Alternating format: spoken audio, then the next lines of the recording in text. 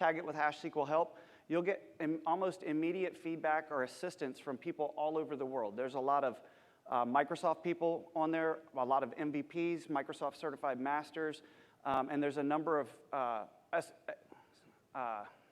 are they called?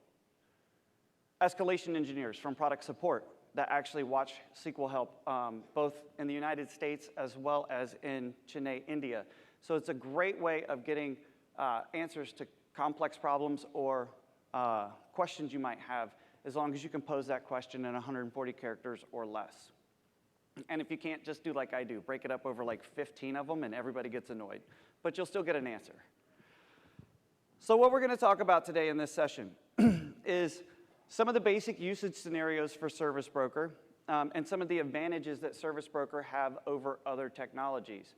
I've implemented numerous applications that use things like MS Message Queue and other technologies over the years, and they have some drawbacks that Service Broker doesn't necessarily have. So we'll talk about what those advantages are, and then we'll go through the basic Service Broker architecture for in-database messaging and asynchronous task processing. Then we'll talk about the conversation architectures that exist in Service Broker, and what are the ways that conversations are supposed to happen, and the back and forth communication between services, and how do we handle the messages. And then we'll talk about activation, and how do we actually automate processing of our messages within Service Broker with internal activation and stored procedures. And you can also do that with the external activator feature, or if you're really good at writing C# code, you could write your own external activation application as well. And then at the end, we'll talk about some of the performance best practices that exist for Service Broker. And if you have any questions along the way, feel free to put your hand up. If I don't see you, give a shout out. Just say, hey, John, I got a question. There's these two really bright lights that are blocking the two far ends of the room. Like I see one or two people here, but I know there's a line of people along the side. So if I can't see you, just feel free to interrupt me. You're not going to mess me up or throw me off track typically, and I'm more than happy to answer your question. However, since they're recording this for Past TV, if you do have a question, I've been asked to send you to the microphone. That way it gets broadcast over the live recording as well. So some usage scenarios for Service Broker. There's a lot of different usage scenarios that Microsoft has published, one of them being centralized data collection. And if you have a lot of different sites, maybe geo-dispersed sites that are processing transactions locally, they can leverage Service Broker to send information to a central location. This is a really great way of aggregating data together. And one of the best parts of this is the fact that the message delivery is done asynchronously. So you can have local sales transactions happening in stores, and they'll still be able to process those even if they lose connectivity to the centralized site. Because anytime that we have a message that gets sent through Service Broker, if the target service is not available, it will actually queue locally in that instance's transmission queue and continue to retry until the service comes online. So we get reliable delivery of those messages even when we have disconnected services. One of my favorite ways of using this is asynchronous trigger execution. And to replace complex logic that might exist in DML triggers, we can offload that processing into a background task in Service Broker. That way we don't have a big performance overhead or impact to our transactional workload or the transactions that are actually happening. And typically the way we do this is we just queue a message requesting work from a Service Broker service, and this is going to allow that service to handle a background task to actually process that. I work with a fairly large charter school system that has an interesting problem in that their school schedules aren't always fixed correctly on the start of the school year. So after a week of classes, they may have to make a subject change or something to their overall core curriculum. And when they have to do that, they have some challenges behind all the data that's been collected inside of the system from the start of the school year to the time that they're making that change. One of them being attendance records. And if they have 10,000 students in a school system that they're managing, if they try and shift attendance records, and there's 8 records per student per day, There's over 500,000 records that have to be modified and shifted around as a part of this schedule change. It can take a half hour or longer for this to happen. So one of the ways that we made the end user experience a little better was to offload that through Service Broker so that a background task is actually handling that half-hour-long operation in the database, and it returns control to the application fairly quickly after they submit the request. And then there's other logic that exists that checks to see if the queue is still processing a previous request to keep them from making other simultaneous changes that could create problems in their schedule. So this is one of my favorite ways of leveraging Service Broker, taking something that's going to run for a very long time, queuing a message and letting it run in the background rather than tying something up in the foreground. You can also use this for offloading reliable processing of queries. And you can use a single transaction to read a message, run a query, and then return results back to the requesting or initiating service. And if you have a service failure as a part of the distributed transaction or processing of that request, it's going to result in a transaction rollback when the database comes back online and goes through crash recovery, and it'll return the message to the queue. The next time the queue activates, that message will be picked up and the request will be processed. So it guarantees that you're going to get a reliable processing of the requests that you send through during instance or service failures. You can also distribute server-side processing. The best example of this, the Books Online has a really good example of this, is like an online ticketing application that processes orders. And you have the online ordering portion of the application. Anybody work with Amazon? Like order stuff through Amazon?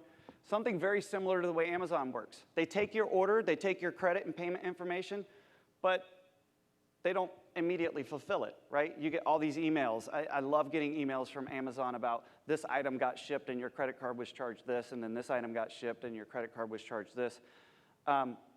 Because I would rather just see one charge from Amazon instead of get like 8, because they all get shipped at different times and from different locations. So you can distribute that kind of processing through Service Broker, where you take the order and you queue a message to the order processor. And the order processor is then going to determine, do we have quantity on hand and where? And then it might distribute a message to each of the warehouse locations that says, you're going to ship this item to this location. The warehouse system is going to respond back and say, okay, this item's been shipped, charge the credit card. And it queues a message to the payment system that is then going to perform the credit card authorization. And if it's authorized, it's going to actually release the shipping at the warehouse location through another message. And they all respond back to the centralized system to say this order has been fulfilled. So you can get really complex with the way the messages are going back and forth between different systems and different services that run different portions of the business. Lately, I've been using Service Broker for a lot of database integration and basically eliminating a lot of the overhead from having a separate distributed transaction coordinator. And the biggest benefit for this is that the message store and the database are maintained in the exact same transactional point in time.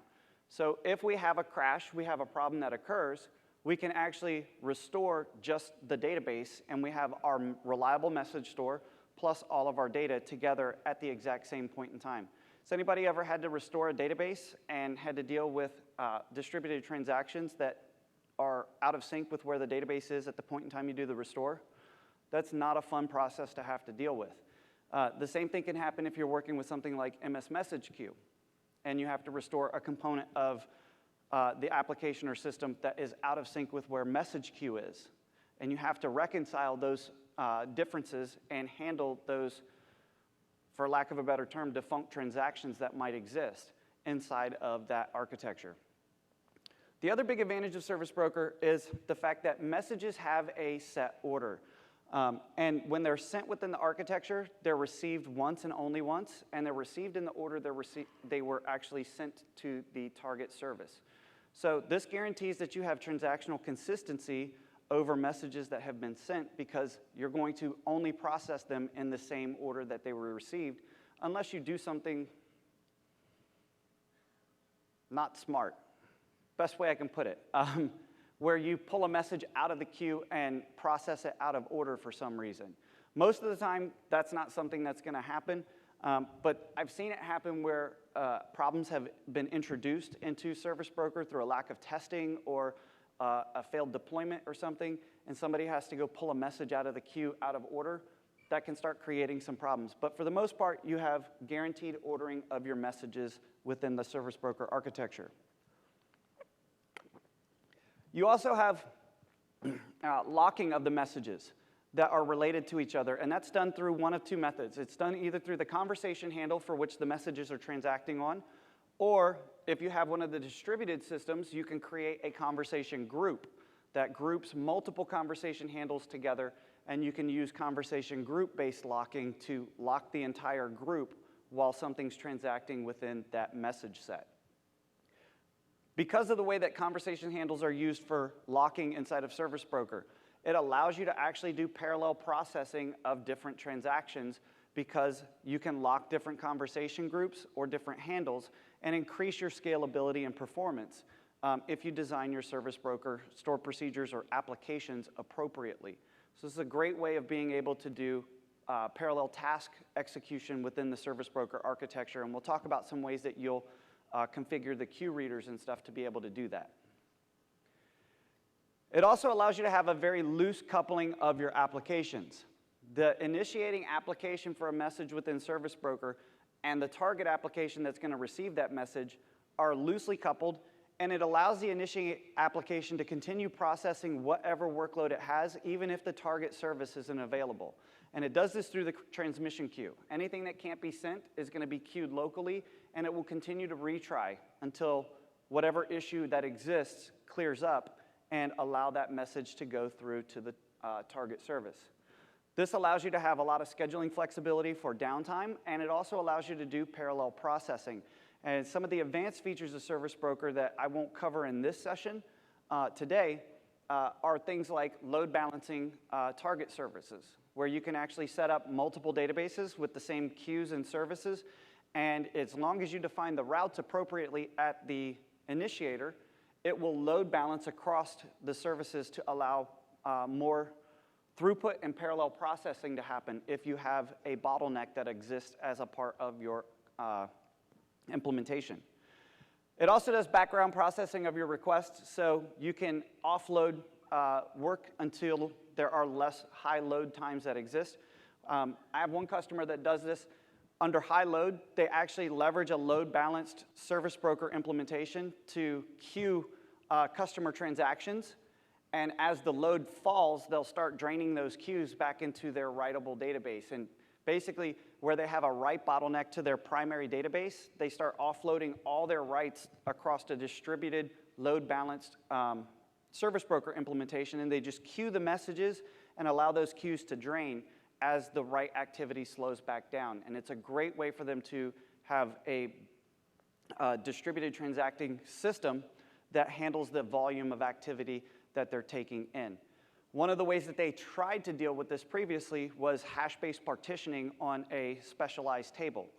And that can be a great way of getting good scalability for insert throughput, but if you have to go back and query that hash-based partition, it can be really, really challenging because you end up with a lot of clustered index scans or index scans that have to scan every partition, and it starts to create other blocking problems as you're trying to write into those tables. So this is an alternative solution to those type of implementations to prevent those types of problems.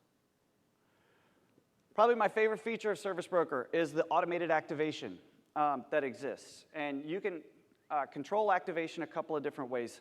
Most of the applications that I write leverage internal activation, but I do have a few that have utilized external activation through C# services. And I like to use Service Broker to replace what I consider to be misimplementations of SQL CLR inside of SQL Server.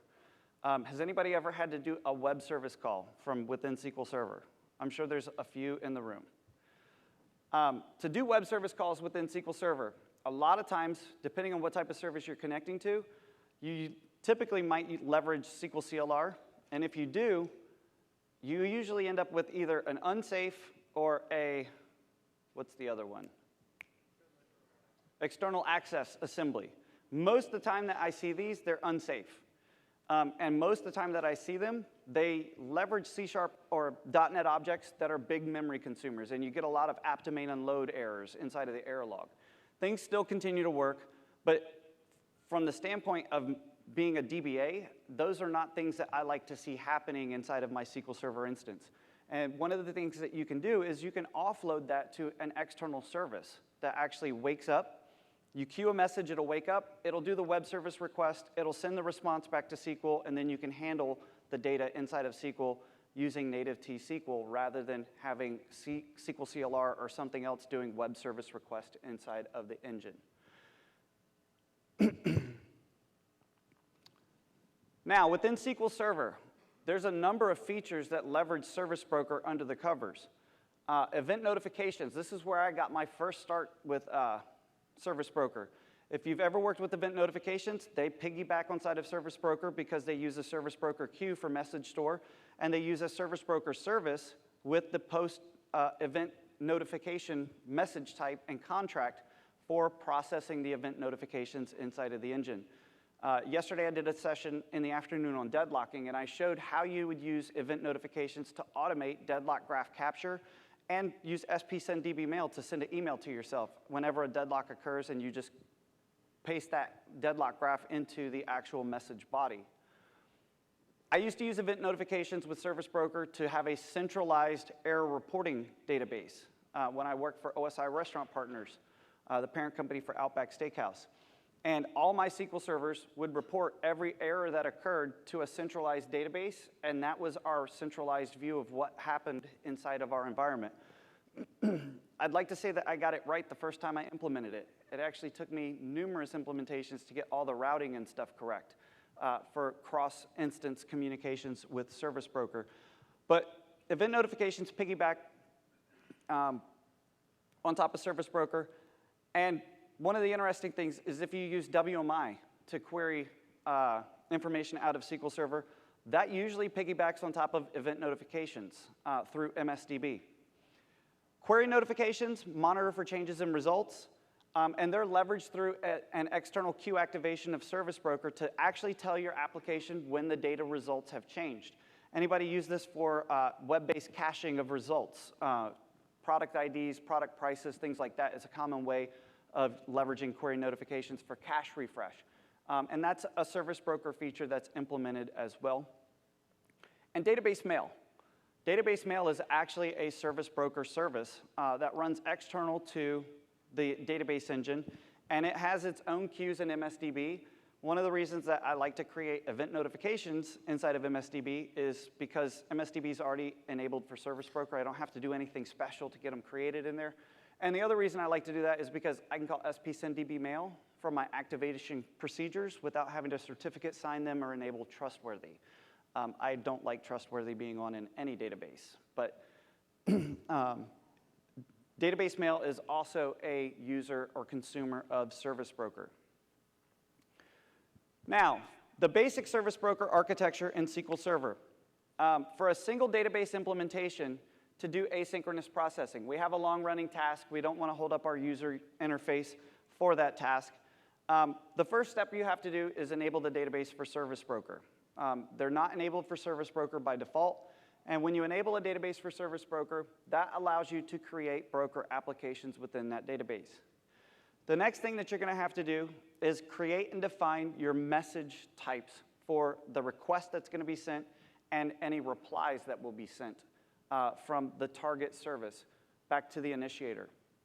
Once you've created your message types, you'll need to create a contract that specifies that the request messages are going to be sent from the initiator and that the target will respond with a reply message. Then you're going to create your target and initiator queues and services. And the queues are going to be what store our messages when they've been sent from each of the services back and forth. And the services are just our communication point where we're going to actually send our messages for processing.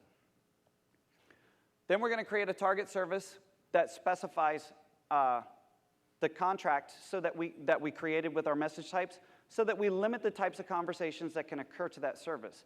And this is an important thing because we don't want to have message types coming in that are application doesn't actually know how to handle. So the contract is a way of making sure that we limit the communications that can occur to our service broker services. When we create our initiator service, most of the time we create this with no contract. And the reason for that is it's the initiator of all dialogues that are going to occur. So we don't want to have somebody send a message to our initiator as a new conversation that it doesn't know about. This limits the initiator to being the starter of the conversation, and it should typically be the one that ends the conversation as well. And I'll talk about that more when we get into the conversation dialogue information a little bit later. To do a single database implementation of Service Broker, it only requires 4 types of objects: your message types, your contracts, your queues, and your services. It's actually really, really simple to get set up.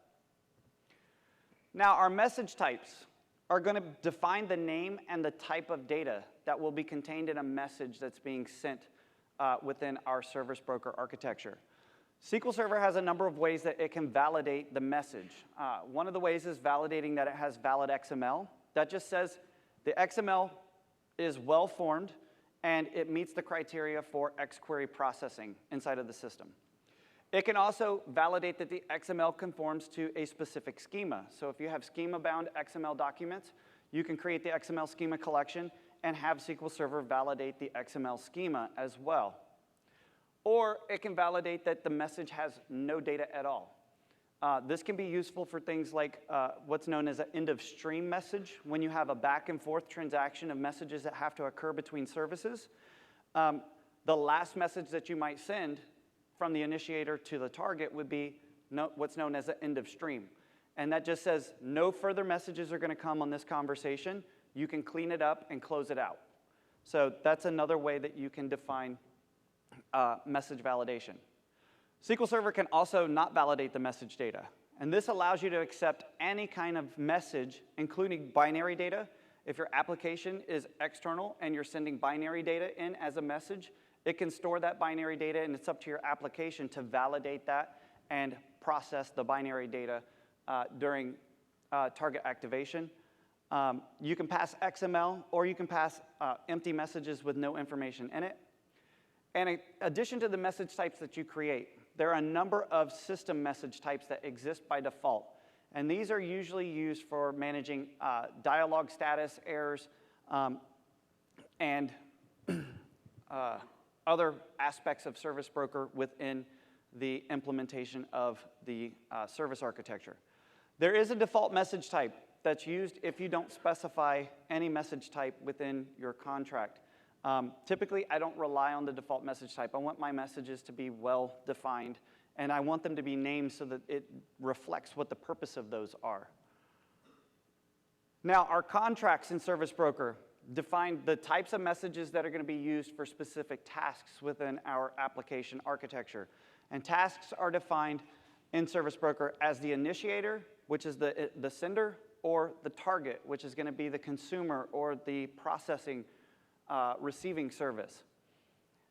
The contracts define an agreement between the services for the type of messages that are going to be sent by each of the services for a given task. They must contain a message type sent by the initiator. Otherwise, there's no way for the initiator to actually begin a conversation. They can also include a message type that's going to be returned by the target service as well. Now, within Service Broker, queues are where we're going to actually store the messages within the database for processing by our applications. These are actually implemented as internal tables inside of the database. And if you query a queue using a select, you can see all the contents that exist within the queue. However, simply querying a queue doesn't allow the queue to process messages. You have to receive the messages off the queue, and we'll talk about that more when we get a little bit further along with the conversation architecture. When a message arrives at a service, the service is bound to a queue inside of the Service Broker architecture, and it's going to insert that message into the queue that's associated with the service. Each message is going to be a row in that internal table, and it's going to contain not only the message that was sent, but it's going to have the message type and the type of validation that was performed on that message, the name of the service and contract that initiated the message, or that was targeted by the message, and then the conversation that the message is associated with, along with some internal information that's utilized by Service Broker for the queue. You can see the message order in the queue information as well. The applications that you build on top of Service Broker are going to have to receive messages from the queue to get the message for processing, and this is typically done within a transaction. That way, if you have a problem with processing the message, it can be returned back to the queue. If there's a service or instance failure during queue activation and processing, at crash recovery, it will return that message to the queue as well. One of the things with Service Broker is that you can process one message row by row, or you can process all of the messages for a given conversation or conversation group at the same time, depending on the way that you utilize the receive command. Queues are going to return messages from each of the conversations in the order that they were sent to the target service. So it guarantees that you're getting the messages in the exact same order that they were sent out so that you have reliable transaction processing. And one of the ways that you do activation of queues is through the use of a stored procedure that will actually process the queue, and it can be fully automated if you bind a stored procedure to the queue for activation.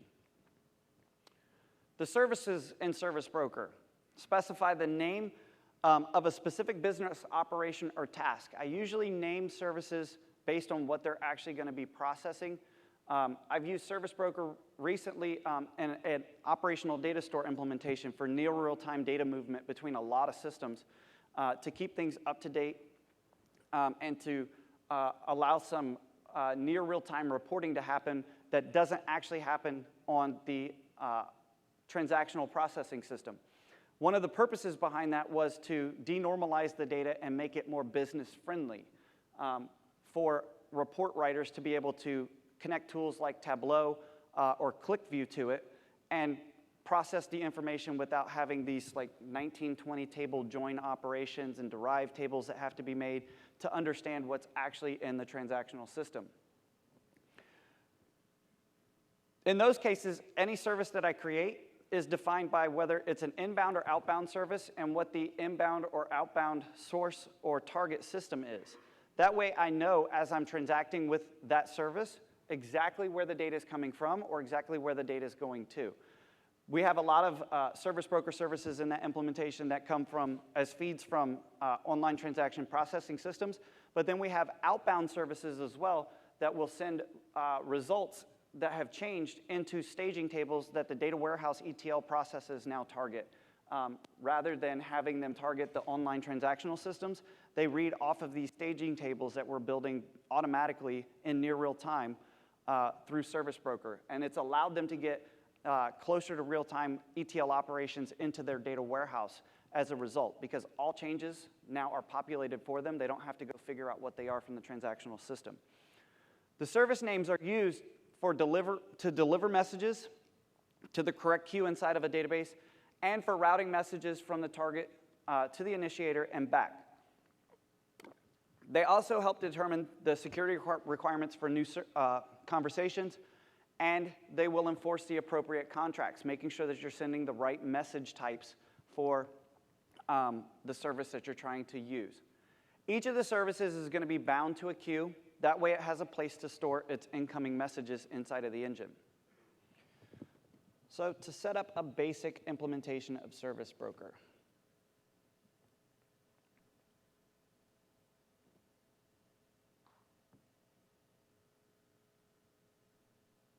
There we go. Is that full screen? All right, so I'm going to move this. So the first thing I'm going to do is I'm going to create a database called single database broker, and then I'm going to enable Service Broker on that database. And then we're going to define two message types. One for our request message that we're going to send from our initiator service, and then one as a reply message that's going to be sent back from the target when it's done our processing. Well, it helps to follow the script. So switch over to our database, And now that we have a broker-enabled database, we can create our 2 messages. And if we look at the message types we just created, we'll see that we have our request message and reply message. And you'll notice that I put a filter message type greater than 65,535. Everything below 65,535 are going to be our system message types.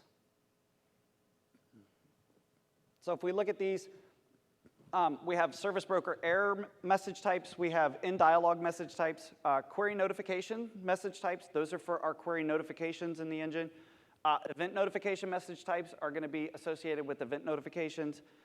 Dialog timers are associated with conversation handles where we can actually say, I want to create this conversation handle and it will expire after 60 minutes. And this can be used for dialog reuse, where we want to reuse the same conversation handle repeatedly for processing in the system, but we don't want to leave it open forever. At the end of 60 minutes, it will fire what's known as a dialog timer message. And if we handle that message appropriately, we can say, OK, I'm done using this conversation handle, create a new one, and I'm going to send an end of stream or some other message that says we're done utilizing this conversation handle at this point. And that allows the other services within the architecture to clean up their end of it and close that conversation handle out.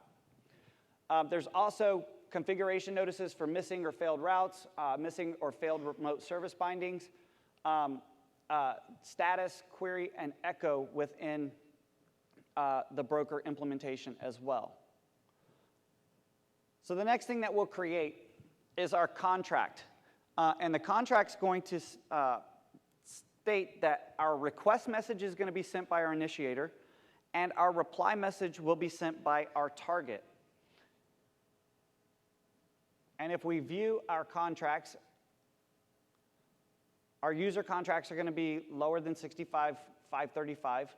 We can see our sample contract there, and we can also see the other contracts that exist inside of the instance for our system contracts. Post-event notification is related to event notifications. Post-query notification related to query notifications. The broker configuration notices, service diagnostic, and service echo contracts exist. So the next thing we'll do, we're going to create our target queue. And if we look at our queues, there are internal queues that exist as well. One for query notifications, one for event notifications, and then our service broker queue. But our user-defined queue, SQLDB broker target queue, has been created. And then we're going to define our target service. So we're going to create our target service, we're going to specify our target queue, and we're going to specify that this service utilizes our sample contract that we've already created. And if we look at our services, we'll see our target service, and our queue ID is the object ID of the queue that's associated with that service.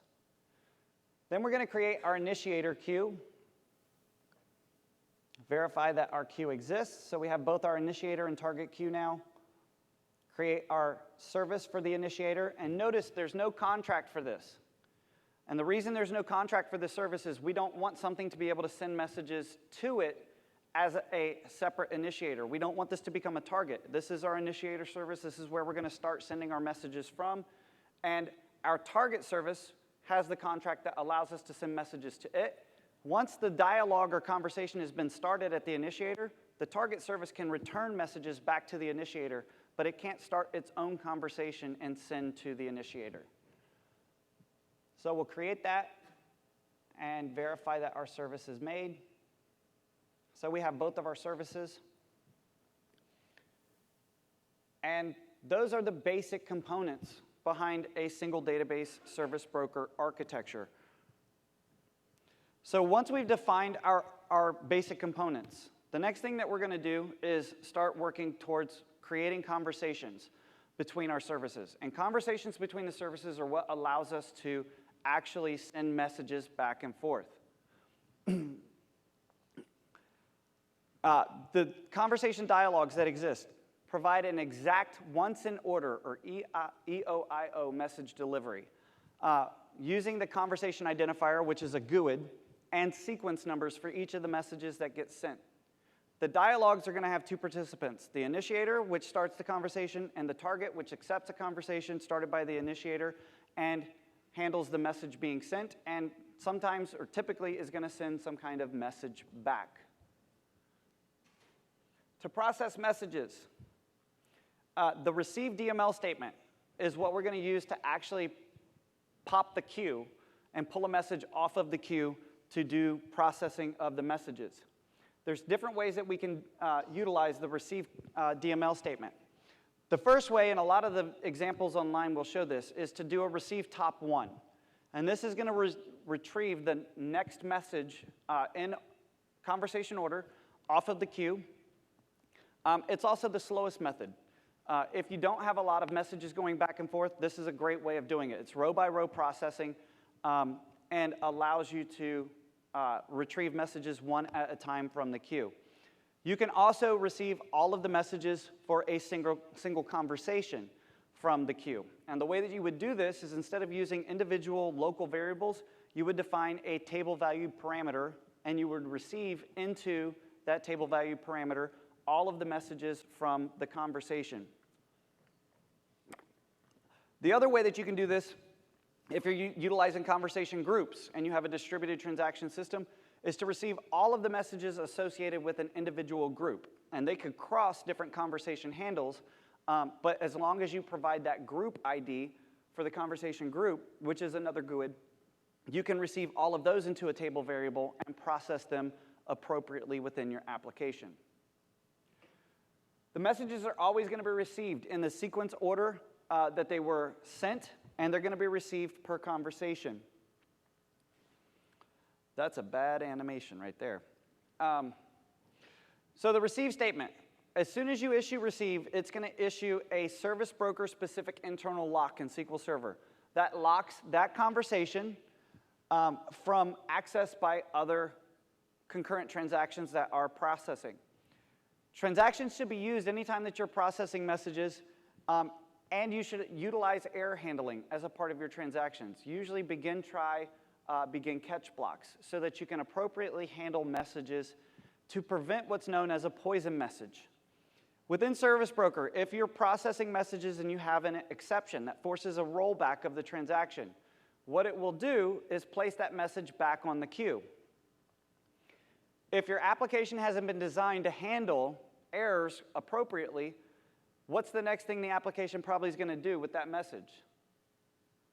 It's going to receive it off the queue, have an error again, roll back, and put it back on the queue.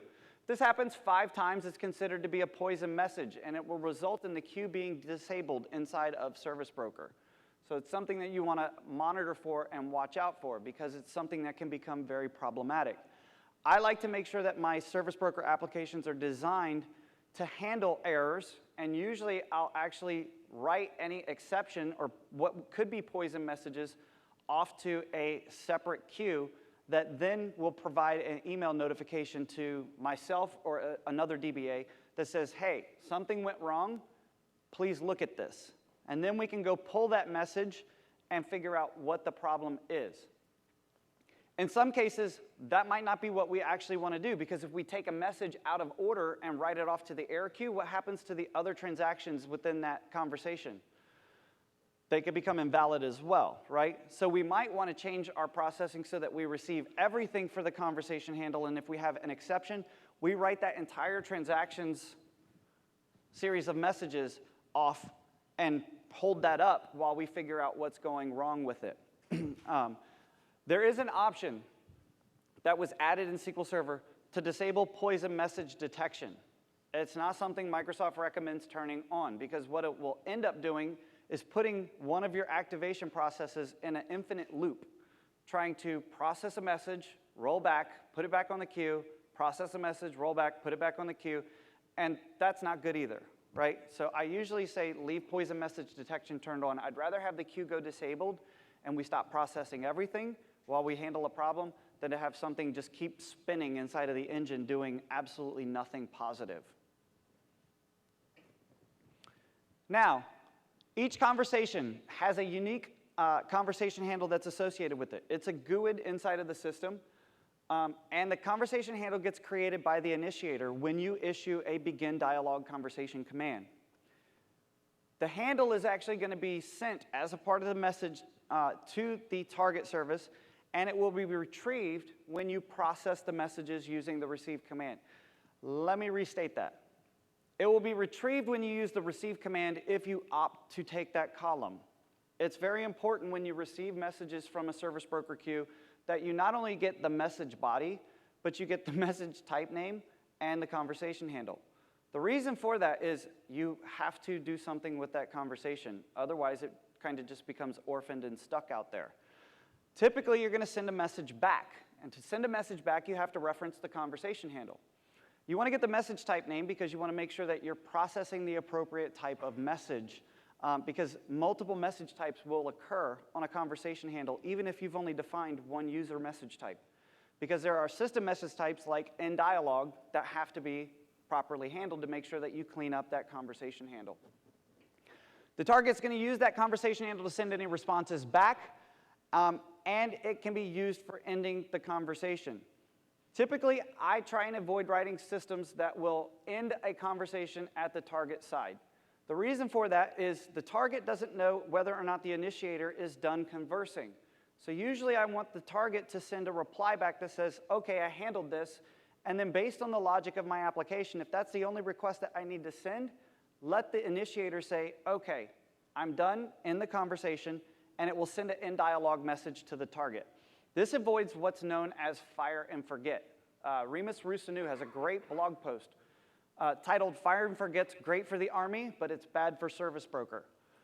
Most systems that implement fire and forget, meaning we send a message from the initiator to the target handles it, and it says end conversation. Don't run into problems, because the assumption is that we're only going to handle one message from the target, or the initiator to the target.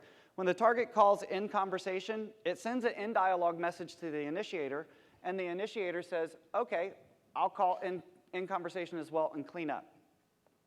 That works great until somebody makes a change and the initiator tries to send another response.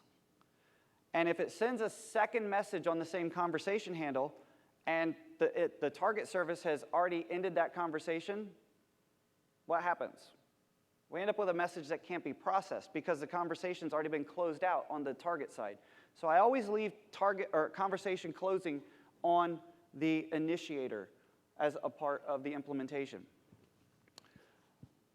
If you have the back and forth series of messages, one of the ways to handle controlling when things get cleaned up is to create a special message type that has no data contained in it.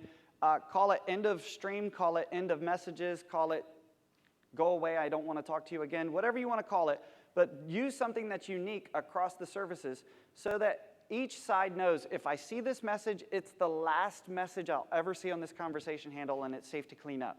Until you see that, or unless the initiator closes the conversation, don't let the target assume that things are ready to be cleaned up. Otherwise, you can end up in the fire and forget type scenario where the initiator tries to send another message and the conversation handle's already been closed at the target.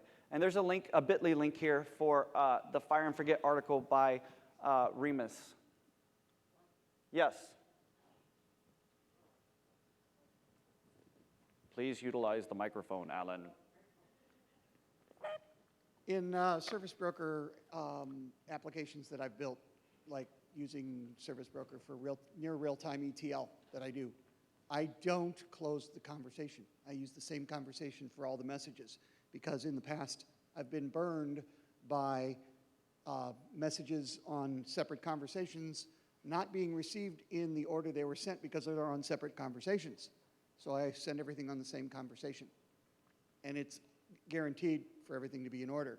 It also eliminates the overhead of building and destroying conversations, which does take time. Yes. So I just initiate a conversation and everything goes down that pipe.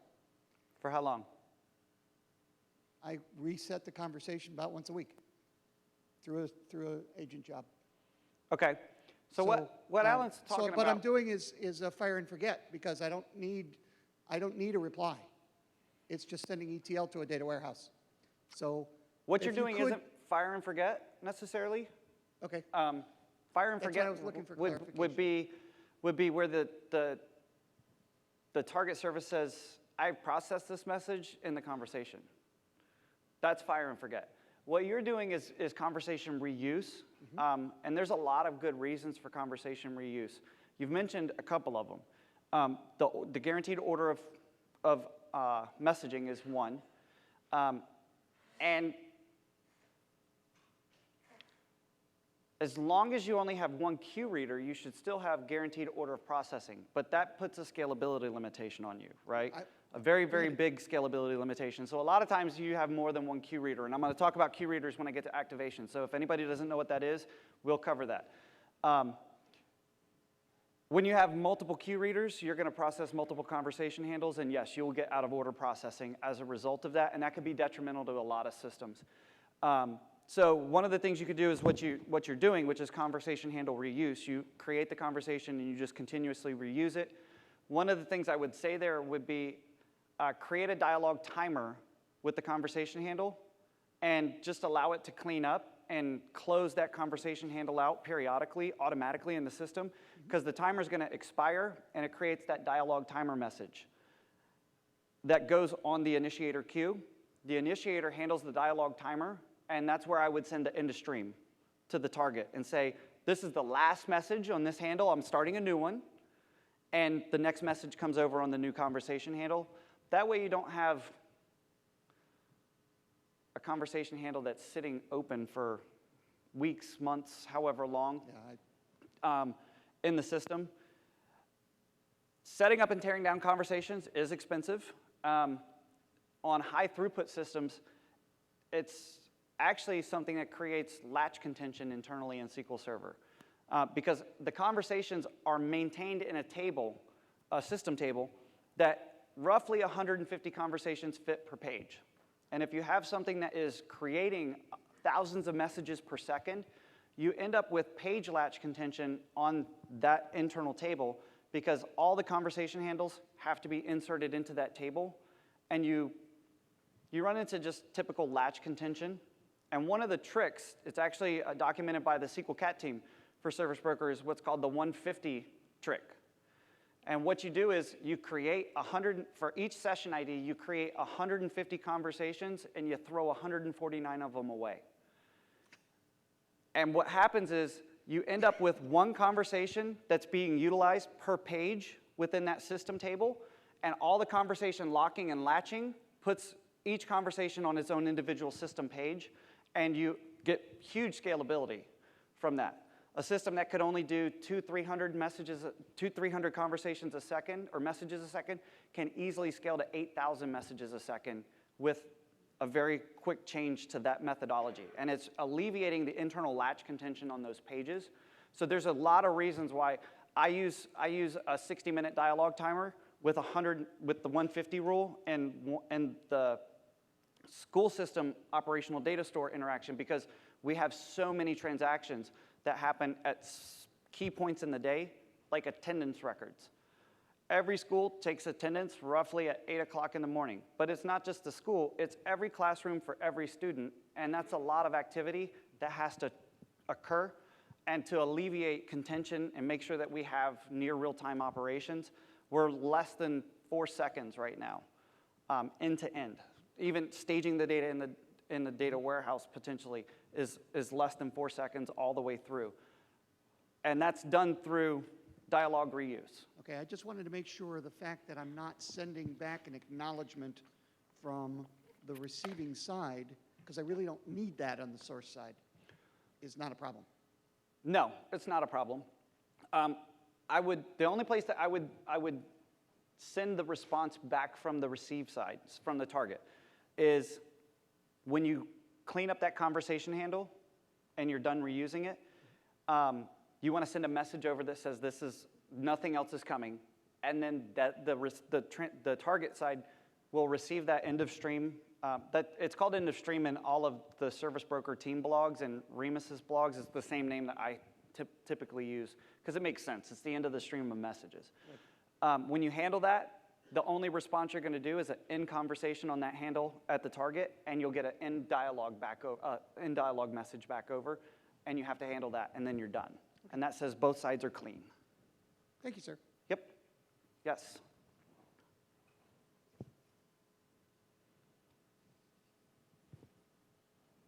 Okay, so I've been using Service Broker for very simple scenarios with just one single message being sent. I have been bitten by this fire and forget problem, and I've changed my code so that the initiator just begins the dialogue, sends the message, and then immediately sends an end conversation. It's working quite well so far. Begins a dialogue, sends a message, and immediately sends the end conversation. Yeah. As long as you have no back and forth requirement, that would work, because the order preservation the message being sent would be sequence 1, and the end dialogue would be sequence 2. I can actually modify a demo and show the message ordering in a minute when we start doing the dialogue demos, and show that, Okay, if you thanks. want to. Any other questions? All right, so a basic conversation example, sending a request message. We're going to begin the conversation at the initiator, specifying begin dialogue. With begin dialogue, we're going to have to specify the initiator service name, the receiving or target service name, and the contract name for the target, or for the conversation.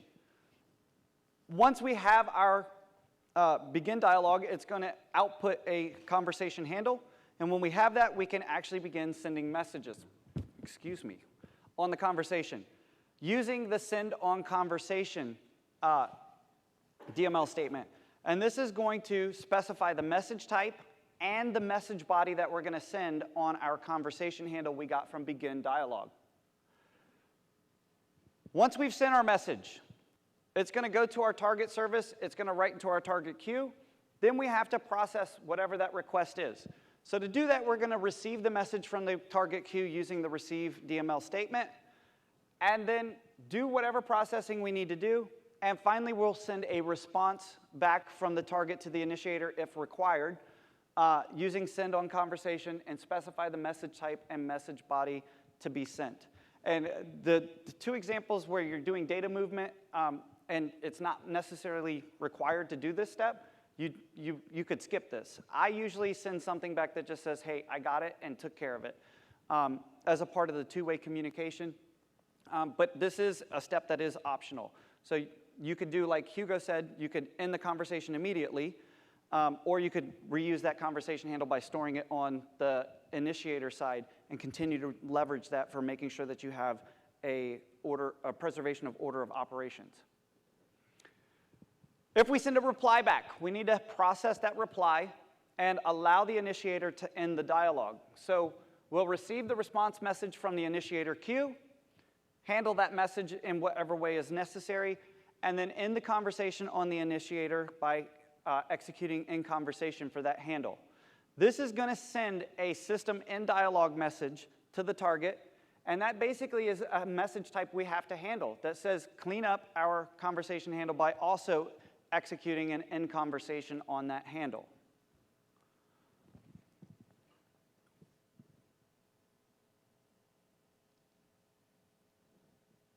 So if we open up our send request, what we're going to do is we're going to start a transaction, we're going to begin a dialogue, and get our dialogue handle, specifying our initiator service as the from service to our target service, and we're going to do it on our sample contract. Once we have our dialogue handle, we can create an XML document. This is just a basic request message that says message for the target service. Then we're going to send a message on our dialogue handle, specifying that it's a request message type, and we're going to pass in the XML document that we created. And the last thing we'll do is just grab the message so that we can view it and commit our transaction. So our message has been sent, and if we look at our conversation groups, we'll see that we now have a conversation group identifier that has our service IDs for our initiator and our target service. If we query our target's queue using select, we'll see we have a message on our conversation group ID The conversation handle is also matching our conversation group ID. Message sequence 0, our service name, single DB broker target service on our sample contract. Our message type name is our request message. And if we look at our message body, we have our XML document that we pass through.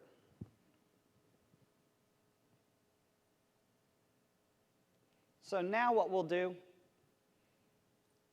is process that message. So we're going to start a transaction, and we're going to receive the first message by conversation handle, body, and type from our target queue. Now this wait for, that wraps receive, what this does is it says, attempt to pop the queue, and if you don't get a message, wait up to 1 second before you terminate execution. This way, our queue readers remain active for new messages that come in, and we don't have to constantly set up and tear down our queue reader processes. So this is going to allow us to wait for a given timeout period and continue to process messages should they come in with a single queue reader. We're going to select our received message, check, is it a request message that's coming in? And if it is, we're going to create a reply. That's going to be a message for the initiator service. And on the same conversation handle, we're going to send that reply message back, specifying that it's a reply message and giving the XML document. And then we're going to select our reply message so we can view what that was. So here's our request message that we got. Here's our reply message that we sent back. And if we look at our two queues, both the target and the initiator queue here, we'll see our target queue is empty, and now our initiator has a reply message on our sample contract, and it has the data that we passed back to it.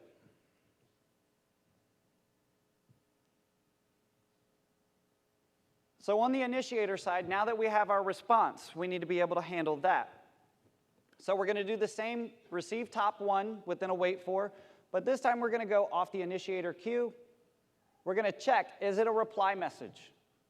If it is, we're going to go ahead and end our conversation and send the end conversation message back over to our target, telling it we're done, you can clean up, and end the conversation as well. So if we run this, here's our reply message that we received. And now if we check our queues again, our initiator queue has nothing in it, and our target queue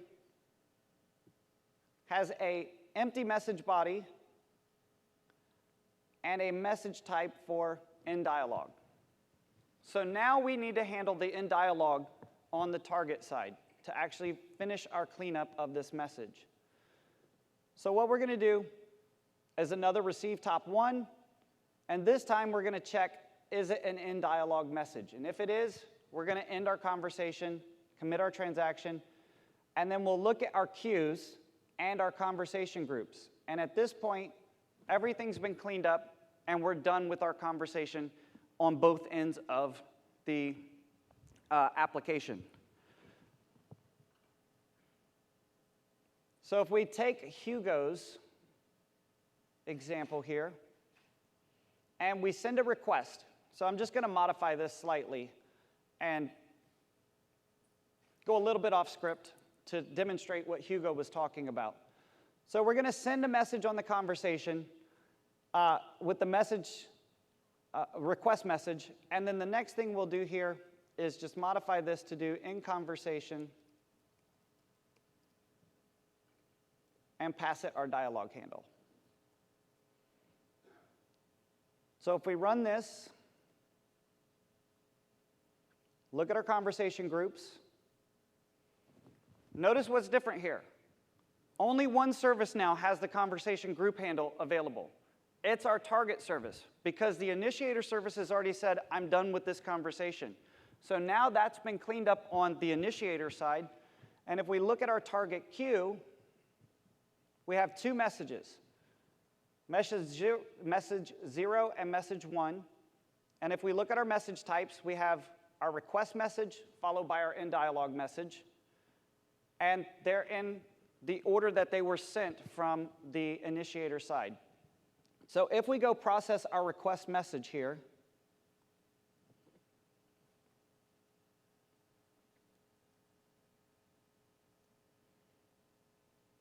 what's going to happen? Anybody know? This is actually going to fail.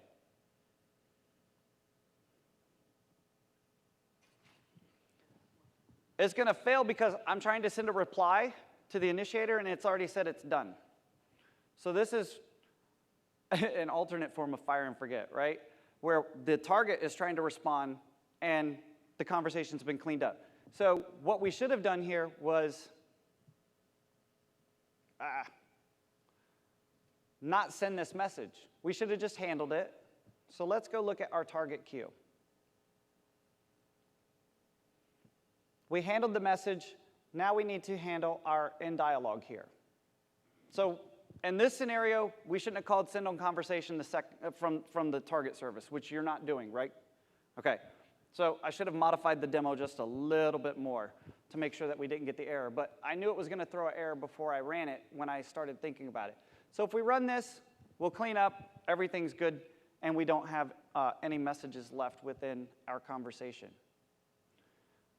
Any questions? All right, so our dialogue conversation internals. Our dialogue conversations are our reliable delivery mechanism. And one of the ways that we get that reliable delivery is through receipt acknowledged messages that come from the target service back to the initiator. If we start up Profiler or SQL Trace, we can actually view the acknowledgement and other message types that are going back and forth. I'll do that in just a minute when we start doing our activation automation. If a message cannot be delivered or an acknowledgement is not received from the target service, that outgoing message is going to be stored in the transmission queue until it gets acknowledged by the target service. That way, our initiator service is tracking that this message has not been fully acknowledged by our target. And this is what helps us guarantee that reliable delivery. If a service is unavailable, the messages remain in the transmission queue, and they retry every minute. So one of the things that I've run into is if you're doing cross-instance service broker and you mess up something with one of the routes or one of the permissions, you don't grant the service account the ability to connect to an endpoint, for example, or you haven't exchanged certificates correctly, you'll end up with stuck messages in the transmission queue.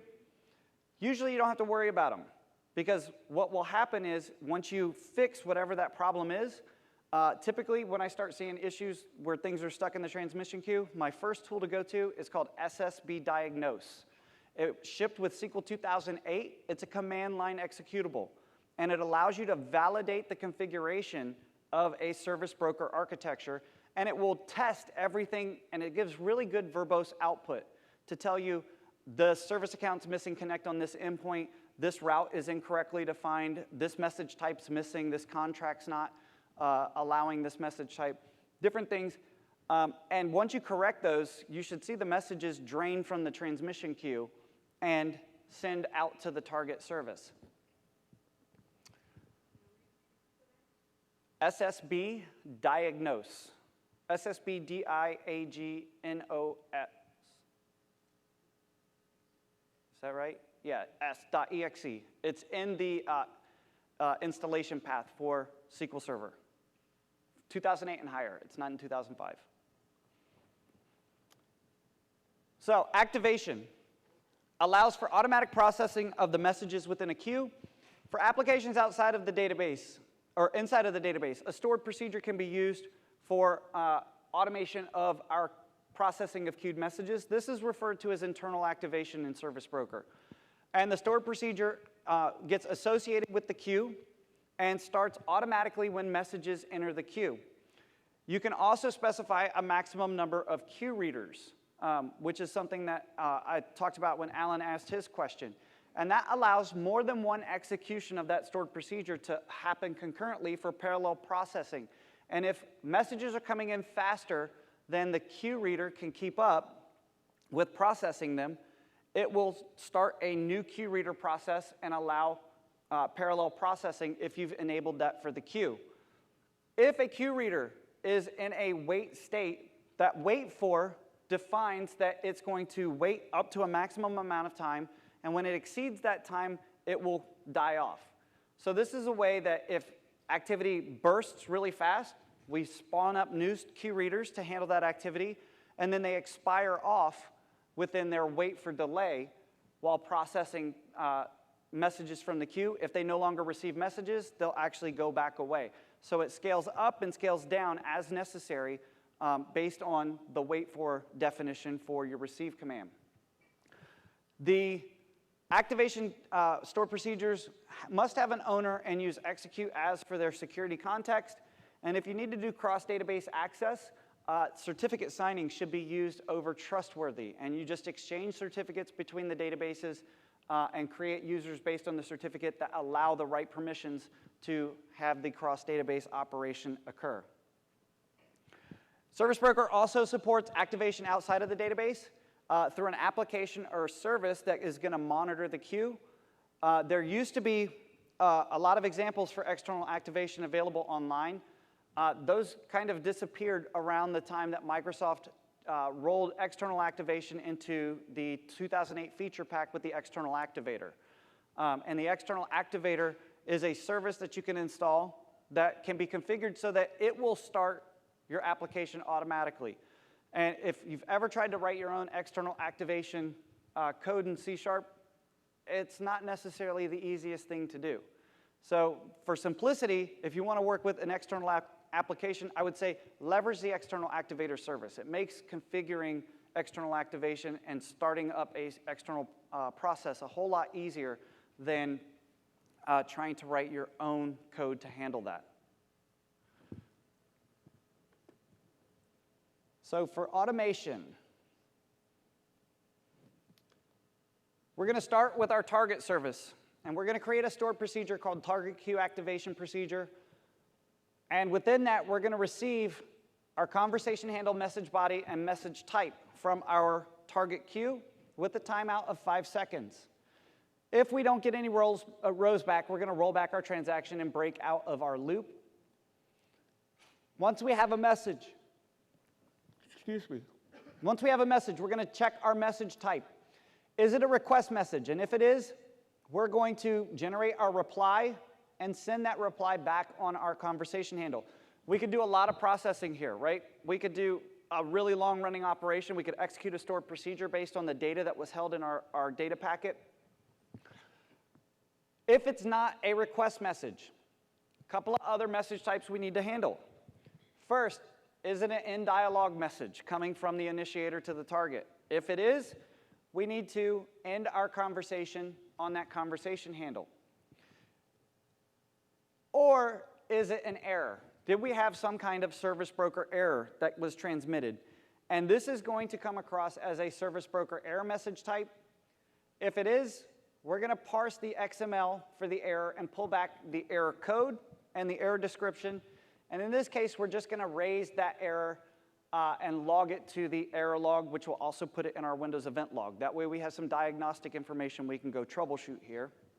And the last thing we'll do after logging our information is end our conversation.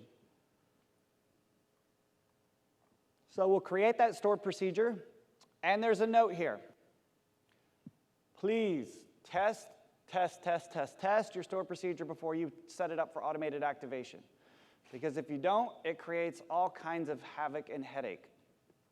The best way to test it is to start off with sending a request. So this is the same code that we used in the previous demo to generate a request. We're going to send a request message after we begin a dialogue. We're going to check our conversation groups and our queues. So we have our conversation. And here is our message. So the next step we'll do is test our stored procedure. So we're going to switch to the database, just execute the procedure. Activation stored procedure is a standard stored procedure. So if we execute it, we should see that we've popped our target queue, and we now have a message on our initiator queue. Why did that take so long to run? the 5-second wait for. We got the message, we waited 5 seconds, and the queue reader died. So when you're testing these, keep in mind that the testing time is going to take as long as you set that timeout for. So we've removed our target message, and now we have a reply on our initiator. So let's receive that, and this is exactly the same code I used before. We're going to receive our reply message in the conversation, and we're going to check our queues again. We got our reply. Now our target queue has our end dialog message type. So let's test our stored procedure one more time. Make sure that it handles that end dialog correctly.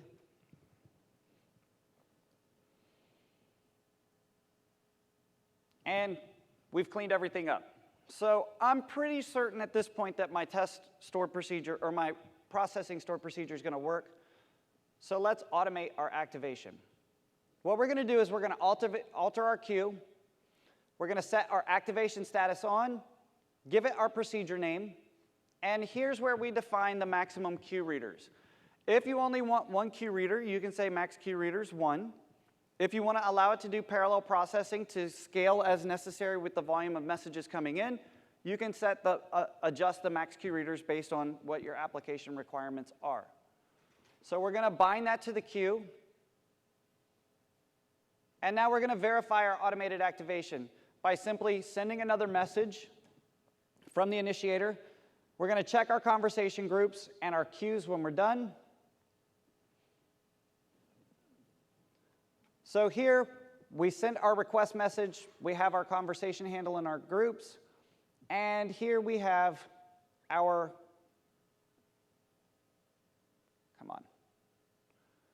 reply message already processed by our automated activation procedure and back in our initiator queue. So let's process that reply message and send it in conversation and just check again. Once we're done with that, and it automates the activation, we should see that our queues are empty. And sure enough, automation on the target side is working. So what do we want to do on the initiator side? Same thing, right? We want to set it up so that it can handle the reply messages and handle ending the conversation automatically. That way we don't have to constantly intervene or do something that makes it do the processing. So let's take a look at our initiator queue activation. We're going to check if we have a reply message. If we do, we'll send our end dialog or end conversation. We're also going to check, did we get an end dialog? If we did, we need to make sure that we clean up our conversation handle. Why would we check that here? Because if we have an error on the initiator side, what's it going to do?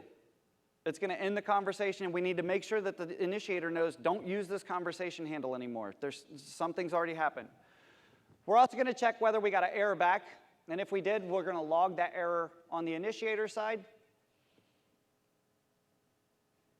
And then the last thing we're going to do is bind that procedure to our initiator queue. So if we verify our end-to-end automation by sending a new message and querying our queues, we'll see everything. I happened to catch the conversation group handle before everything got cleaned up there in the back and forth. But if we do it again and now we query these, everything's handled end-to-end. So it's a way of automating back and forth communication through those stored procedures. And the only thing that you'll have to do, honestly, with these demos is modify, instead of sending that reply message, put your processing code on the target side there, and that will allow you to offload that processing to an asynchronous task.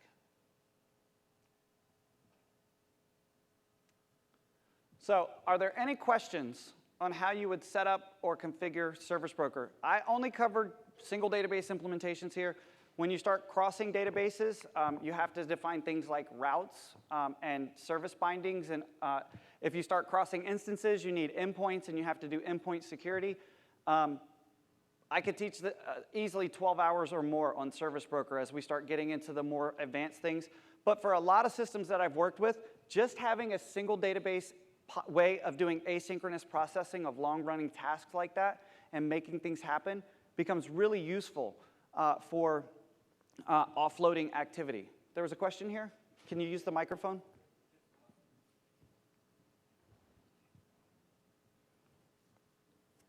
I just want to see if you can demo external activation for Service Broker. Can I Because- demo external activation for Service Broker? I don't have a demo set up for this session, no. So- Because of the time constraint I had, I didn't have it. So we're supposed to use that feature package that come with each version, 2008 and 2012 or 2014, shipped by Microsoft, right?